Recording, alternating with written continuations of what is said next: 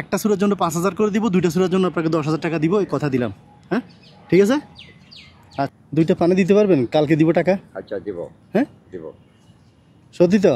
সত্যি। যদি মরে যাই? মরে গেলে দাবি নাই। আচ্ছা নেন। কই দুটো দাম কত? 40। আচ্ছা ঠিক আছে।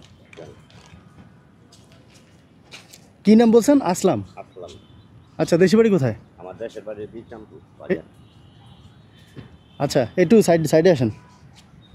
এটা নামান রাখেন। আচ্ছা নামাজ পড়েন? জি। হ্যাঁ জি। সূরা ফাতিহা বলতে পারবেন? জি। সূরা ফাতিহা? হ্যাঁ। জি। কোন সূরা এটা? বাজান আমি সূরা ফাতিহা কোনটা? বলতে পারি না। আমি নামাজ পড়তে প্রথম সূরা কি পড়েন? আল্লাহুম্মা সাল্লিল্লাহ।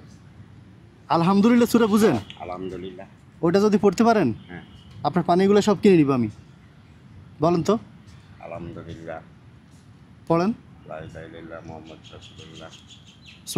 সূরা আলহামদুলিল্লাহ বলছি। হ্যাঁ আলহামদুলিল্লাহি রাব্বিল আলামিন, এটা বলেন। এটা এই সূরাটা বলেন। আলহামদুলিল্লাহ রাব্বিল আলামিন। হ্যাঁ আলহামদুলিল্লাহ রাব্বিল আলামিন। আর তারপর? আর আমি তো নামাজ কিভাবে পড়েন সূরা ফাতিহা না পারলে? হ্যাঁ অনেক বাজান পড়ি। নামাজে কি পড়েন? এটা তো পড়তেই হবে আপনার, না নামাজ হবে? সবার লগে পড়ি। ইমামের সাথে পড়েন? ইমামের সাথে। হ্যাঁ বাকি সুন্নত নফল ওগুলো কি করেন? শিখতে পারেন না কোথাও? বাজান সেটা তো আমার জায়গা নাই এরকম। এমনি কোনো জায়গা আছে যেখানে শিখায় রাতে? মসজিদে যাইতে হবে। এই কাকরাইল যেতে হবে? হ্যাঁ। আচ্ছা আমি যদি টাকা দিই আপনি শিখে নেবেন? হ্যাঁ নিব। নিব। কত টাকা দিব? দেন আপনার মনে যা চায়। না আপনি তো আনুমানিক কত? একটা বই পড়ালেখা জানেন? হ্যাঁ আমি এমনি মানে কইব হুজুরের কাছে যাবো। আচ্ছা আপনি বাংলা জানেন? বাংলা পড়তে পারেন? বাংলা আমি কোনো লেখাপড়াই করিনি। আচ্ছা তাহলে যে খোঁজ করবেন আপনার এলাকায় যে মসজিদ, আপনি কোথায় থাকেন? কোথায়? আমি থাকি কাকরাইল। ও তাহলে তো পাশেই। হ্যাঁ। আপনি সন্ধ্যায় এখান থেকে এগুলো পানি বিক্রি করার পরে ওখানে যাই একটু বসবেন, দেখবেন, জিজ্ঞেস করবেন যে রাতে কোনো আরবি শিখানোর কোনো মাধ্যম আছে? হ্যাঁ তাহলে অন্তত কয়েকটা সূরা শিখে নেবেন। ঠিক আছে? বয়স হয়ে গেছে আপনার, এত বছর জীবন তো অর্ধেক কি আপনার শেষ পর্যায়ে, তাহলে আপনি এখনো সূরা ফাতিহা পারেন না, আল্লাহর কাছে কি জবাব দিবেন? এখন আমি আপনাকে টাকা দিব, হ্যাঁ ওইটা আপনি টাকা লাগবে না, সন্ধ্যার সময় এমনিতেই শিখাবে। আর যদি টাকা লাগে সমস্যা নেই।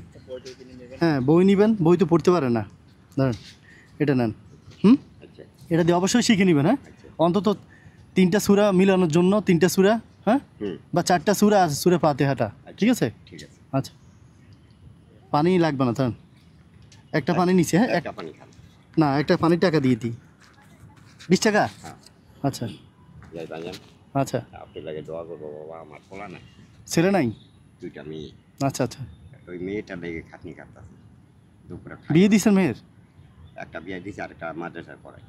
আচ্ছা মাদ্রাসায় পড়ান? হ্যাঁ। তো ওই তো আপনাকে শিখাইতে পারে। আমি তো বাড়ি থাকতে পারি না। বাড়ি থাকতে পারে না? থাকলে আমার শিখাইতো।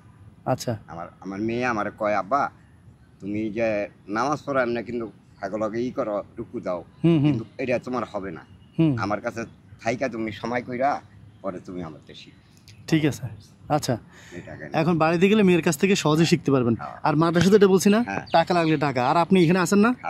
যদি আপনার টাকা লাগে, আপনার নাম কি বলছেন একটু ভুলে গেছি? আমার নাম আসলাম মিয়া। আসলাম মিয়া। আমি কিছুদিন পরে আসবো, আপনার থেকে আবার জিজ্ঞেস করবো, কিন্তু যদি পারেন তখন আপনাকে 10,000 টাকা দিব। ঠিক আছে না সত্যি কথা, যদি আপনি পড়েন, যদি আমি আরো 1 মাস সময় দিলাম, এরপরে আসতে আপনার খুঁজবো, খুঁজে সূরা ফাতিহা যদি বলতে পারেন, সাথে অন্য একটা সূরা বলতে পারেন, একটা সূরার জন্য 5,000 করে দিব, দুইটা সূরার জন্য আপনাকে 10,000 টাকা দিব, এই কথা দিলাম। হ্যাঁ ঠিক আছে? আচ্ছা ঠিক আছে, শিখে নেবেন কিন্তু। হ্যাঁ অবশ্যই, এটা আমার জন্য না আপনার জন্য দরকার এটা। ঠিক আছে বাবা। ঠিক আছে, আসসালামু আলাইকুম।